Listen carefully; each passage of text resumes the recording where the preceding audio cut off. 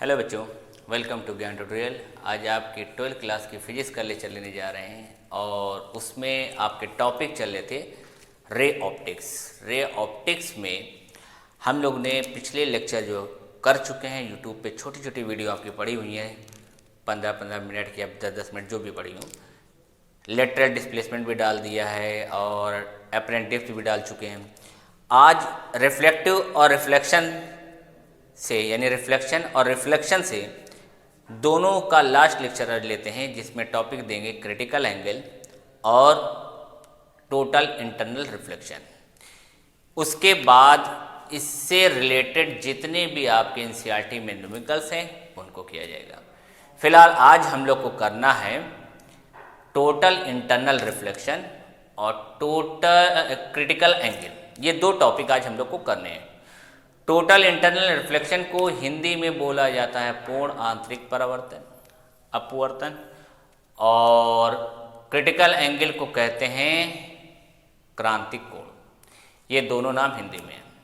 फिलहाल शुरुआत करते हैं क्रिटिकल एंगल से क्या होते हैं।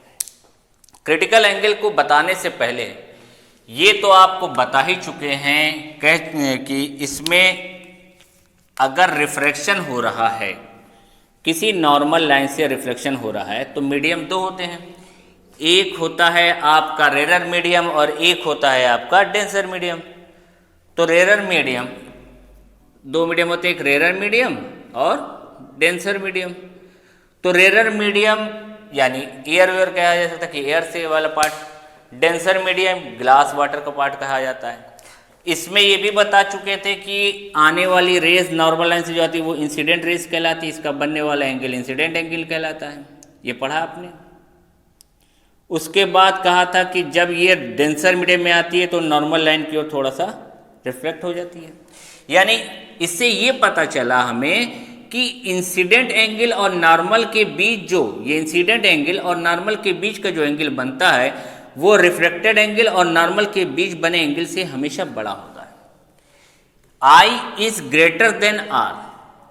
I is greater than R. ये हमेशा I जो होगा, अगर रेरर टू डेंसर में आ रहे हैं तो I is greater than R. I हमेशा R से बड़ा ही होगा। इंसिडेंट एंगल हमेशा रिफ्लेक्टेड एंगल से बड़ा होगा। किस में? जब रेरर टू डेंसर में आ रहे हैं। यानी आपका रेरर मीडियम का, इससे ये भी कह सकते हैं कि रेरर मीडियम में बनने वाला एंगल, रेरर मीडियम में जो भी एंगल बनेगा वो हमेशा ग्रेटर देन बनेगा। ये क्यों बताया? ये हम क्रिटिकल एंगल पढ़ाने जा रहे हैं, उसमें आपको बताते हैं। क्रिटिकल एंगल,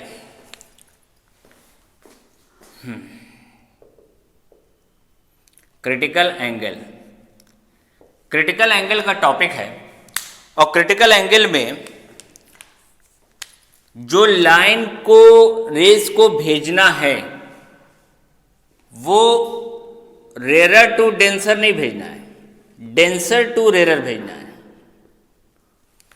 यानी हम रेरर मीडियम से डेंसर मीडियम में भेजेंगे। रेरर मीडियम से, सॉरी, डेंसर मीडियम से रेरर मीडियम में भेजेंगे। तो अभी बताया है कि रेरर मीडियम का एंगल हमेशा डेंसर मीडियम से बड़ा होता है। डेंसर मीडियम के बारे में बताया, जैसे कि ग्लास, वाटर, कुछ भी होगा। तो अब क्या होता है ये क्रिटिकल एंगल?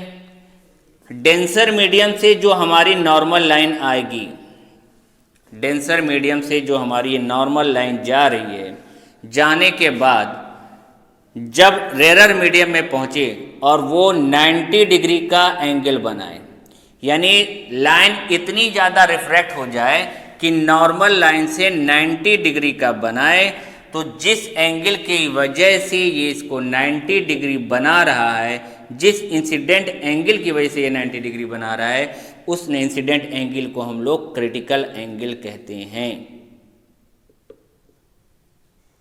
ठीक है, इसी का नाम क्रिटिकल एंगल है। यानी जो भी इंसिडेंट एंगल से ऊपर के रिफ्लेक्टेड एंगल 90 डिग्री बन जाए तो यानी वो क्रिटिकल एंगल है।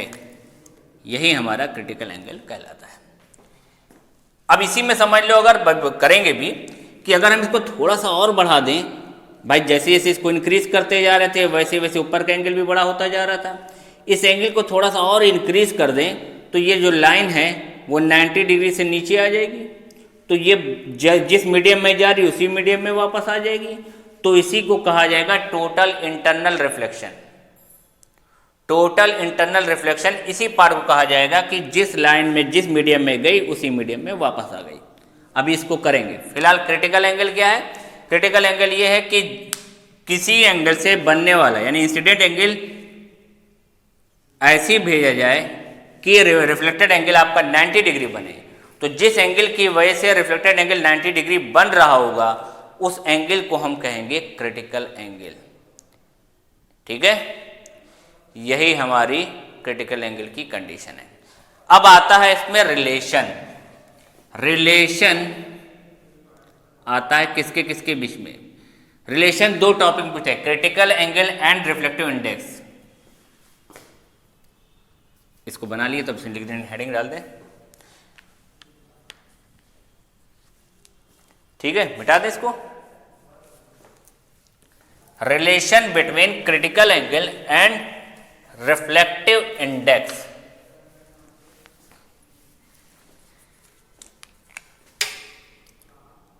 रिलेशन बिटवीन क्रिटिकल एंगल, जिसको हम लोग आईसी भी कहते हैं,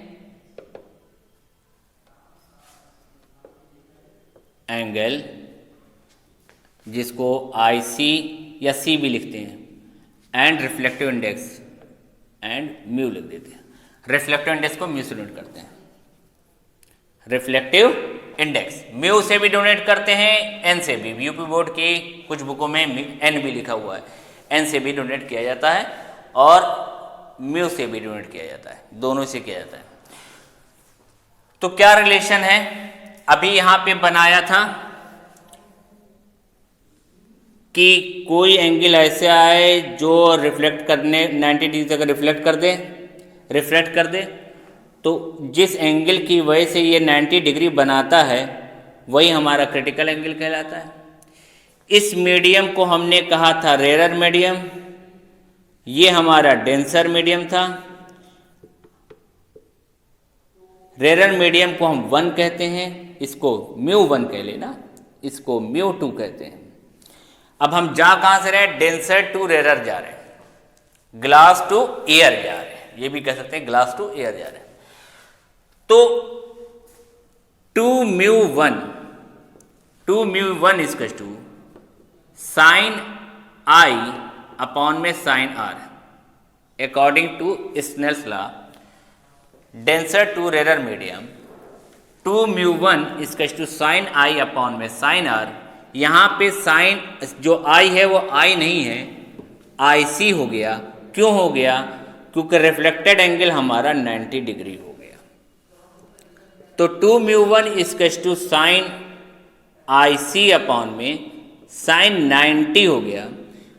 2μ1 इज टू सिर्फ साइन आई सी बचा, और इस 2μ1 को लिख सकते हैं 1/1μ2 is to sine i c, यानी हम कह सकते हैं कि 1μ2 इज टू होता है 1/sin आई सी।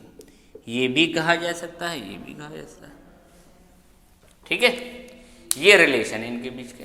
यानी रेरर टू डेंसर मीडियम का रिफ्लेक्टिव इंडेक्स देखना होगा तो 1μ2 is to air to glass reflective index का 1/sin आई सी होगा। चलिए नोट कर लिए इसको।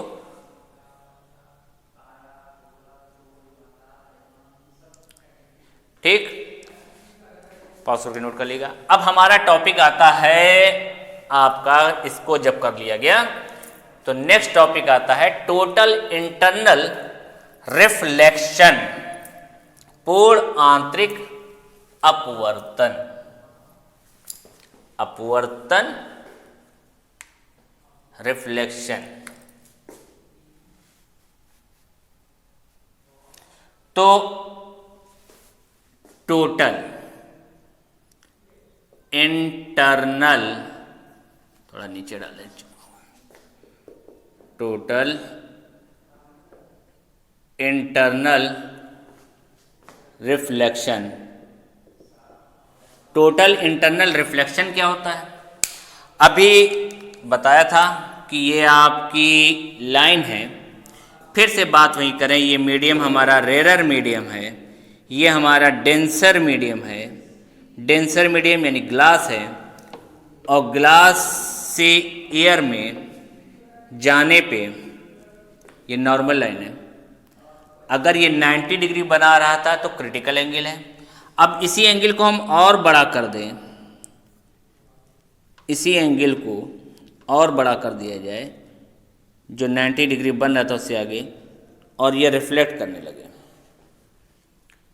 यानी अब नीचे आ गया, रिफ्लेक्ट करने लगे, तो यही हमारा कहलाता है, ये आई हो गया आपका, एंड ये इधर का आर हो गया। जिस मीडियम में गया उसी मीडियम में वापस आ गया, सेम उसी मीडियम में वापस आ जाए तो इसको हम लोग टोटल इंटरनल रिफ्लेक्शन कहते हैं। यानी सेकंड मीडियम से सेकंड मीडियम ही में रह गया, ये μ1 है एंड ये μ2 है, μ2 ही में रह जाए तो टोटल इंटरनल रिफ्लेक्शन नाम से जाना जाता है। ये इंसिडेंट रेज हो गई आपकी, ये रिफ्लेक्टेड रेज हो गई। ये कहाँ देखने को मिलता है, कहाँ समझ में आता है? तो ये आप लोग ने सुना होगा कि रेत वोत में जब बहुत ज़्यादा हीट गर्मी पड़ती है तो हर थोड़ी दूर पे लगता है जैसे कि पानी बना हुआ है। तो वो क्या है, सनलाइट की जो पड़ती है, रेस पड़ती है, वो लगातार उस रेस पे पड़ने के बाद रिफ्लेक्ट होने लगती है। जब रिफ्लेक्ट होती है तो एक इमेज बना देती है जो पानी की बना देती है। या आपके कभी कभी हाईवे पे भी, रोड पे भी, या सड़क पे चल रहे हैं तो हर थोड़ी देर पे लगता है जैसे कि पानी पड़ा हुआ। वो भी इसका रीज़न यही है कि जो लाइट पड़ती है तो उसको रिफ्लेक्ट करने लगती है, तो एक इमेज वहाँ बन जाती है कि पानी है, और जब करीब पहुँचते तो देखते हैं वो पानी नहीं है, वो सिर्फ एक रोड है। यही टोटल इंटरनल रिफ्लेक्शन की कहानी है। ठीक है, ये आपके दोनों टॉपिक हो गए, चाहे आपके क्रिटिकल एंगल हो गया या रिफ्लेक्शन हो गया। अगर कोई इससे रिलेटेड टॉपिक और पूछना है, कुछ क्वेश्चन पूछने हैं, तो आप कमेंट्स में डाल दीजिएगा, उससे बता दीजिएगा। नेक्स्ट लेक्चर जो आपका हम करेंगे अब, वो होगा आपका इसके न्यूमेरिकल्स का। फिर हम लेंसेज की बात करेंगे, लेंस के बारे में पढ़ेंगे। Okay, thank you.